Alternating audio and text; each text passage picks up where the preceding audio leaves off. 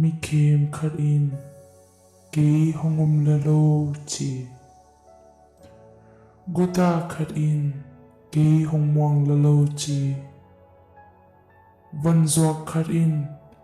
amet omlo in kong zuak hi chi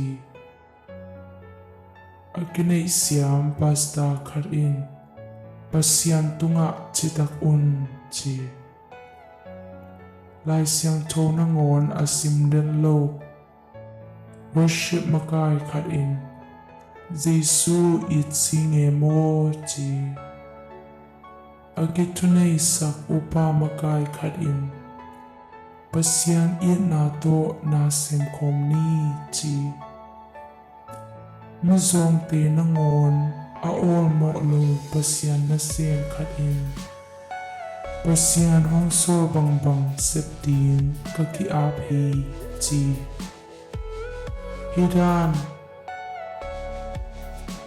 kinai na vi ve to a kidim hi leitunga a kinai ta hi mo ke kinai siam sem leng milaka kita sem hilai po khat te bang zong sang liang pasian to khum mai chi pen